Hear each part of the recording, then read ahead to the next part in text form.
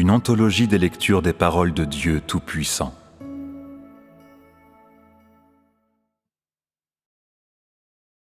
Les paroles de Dieu à l'univers entier. Chapitre 37.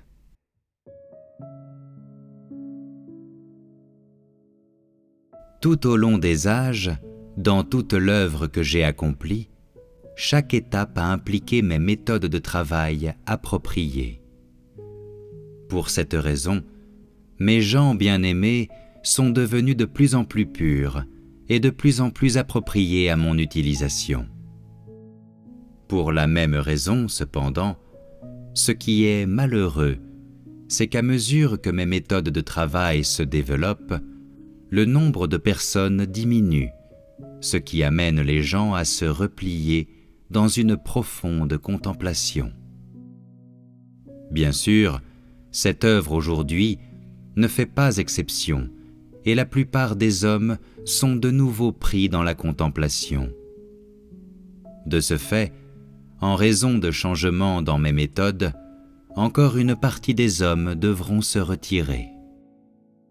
On peut le décrire ainsi. Je l'ai prédestiné, mais je ne l'ai pas fait. Depuis la création, tellement d'hommes sont tombés et tellement se sont égarés en raison des méthodes de mon œuvre. Cependant, je ne me soucie pas de ce que les gens font, qu'ils sentent que je ne suis pas affectueux ou que je suis trop cruel, peu importe si leur compréhension est correcte ou non. J'évite de donner une explication. Échangeons d'abord sur le point principal de cette discussion, afin que tous puissent acquérir une compréhension approfondie pour éviter qu'ils ne comprennent pas pourquoi ils souffrent. Je ne forcerai pas les hommes à souffrir en silence comme des muets. Au contraire, je décrirai tout clairement afin qu'ils ne se plaignent pas contre moi. Un jour, je ferai en sorte que tous les hommes expriment des louanges sincères au milieu de leur châtiment. Cette méthode est-elle acceptable pour vous? Est-ce que cela répond aux exigences des hommes? Dans le prologue de l'ère du châtiment, j'expliquerai d'abord aux hommes le sens général de cette ère, afin qu'ils ne m'offensent pas. C'est-à-dire, je ferai des arrangements pour mon œuvre, que personne ne changera, et je n'acquitterai absolument pas à la légère quiconque les modifie.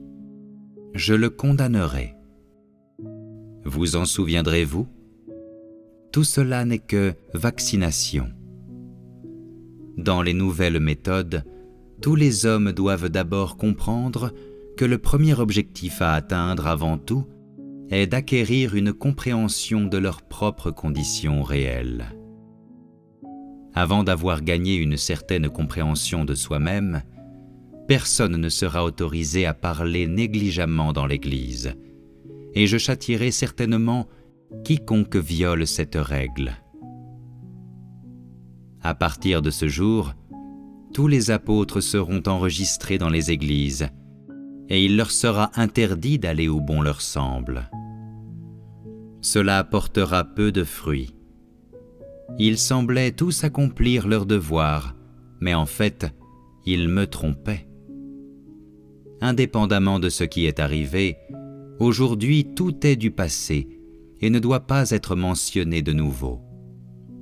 Désormais, le terme « apôtre » sera aboli et jamais utilisé de nouveau, afin que tous les hommes puissent descendre de leur position et parvenir à se connaître eux-mêmes.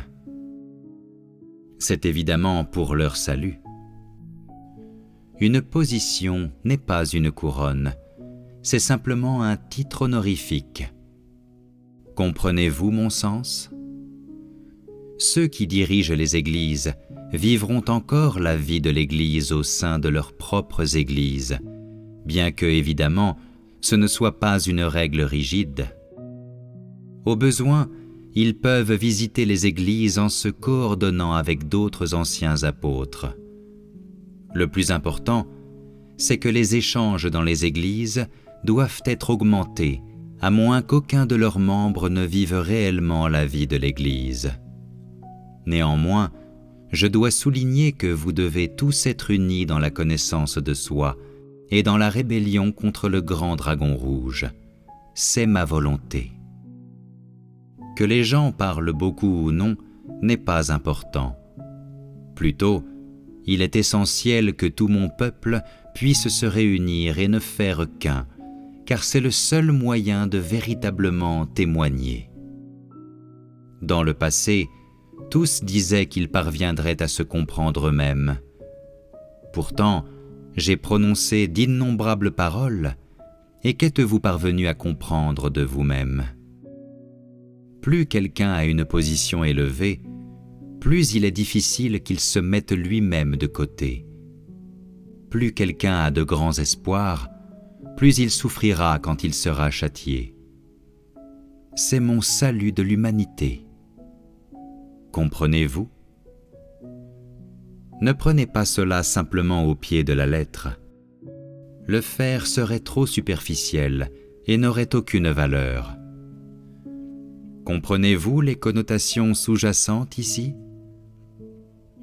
Si des membres de l'Église sont vraiment capables de se comprendre eux-mêmes, cela démontre que ce type d'homme m'aime vraiment. C'est-à-dire que si vous ne brisez pas le pain avec les hommes, vous ne comprendrez pas leurs difficultés. Comment interprétez-vous ce précepte ? En fin de compte, je ferai en sorte que tous les gens se connaissent eux-mêmes pendant leur châtiment, et qu'ils chantent et rient en même temps. Aurez-vous vraiment la foi pour me satisfaire ? Alors, que devriez-vous faire dans votre pratique ? Désormais, les affaires de chaque Église seront traitées par les personnes appropriées dans cette Église, et les apôtres vivront simplement la vie de l'Église. C'est ce qu'on appelle expérimenter la vie.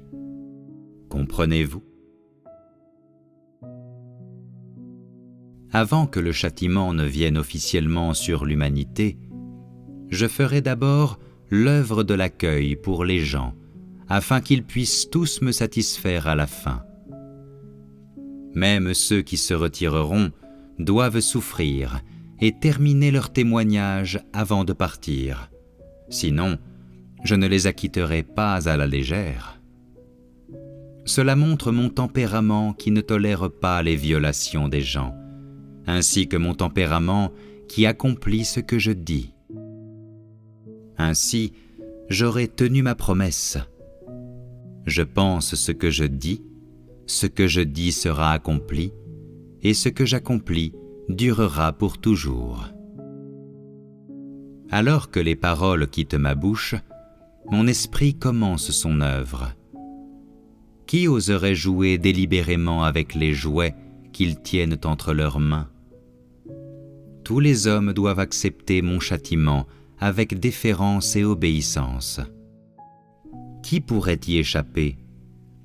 Pourrait-il y avoir un autre chemin que le mien ? Aujourd'hui, je t'ai permis d'être sur la terre, et tu te réjouis. Demain, je te laisserai entrer au ciel, et tu proféreras des louanges. Le lendemain, je te mettrai sous la terre où tu seras châtié. N'est-ce pas mon œuvre qui exige tout cela ? Qui ne souffre pas du malheur et qui ne reçoit pas des bénédictions dans l'intérêt de mes exigences ? Pourriez-vous être l'exception ? Comme vous êtes mon peuple sur la terre, que devriez-vous faire pour mes exigences et ma volonté ? Est-il possible que vous louiez mon saint nom tout en me détestant dans votre cœur ?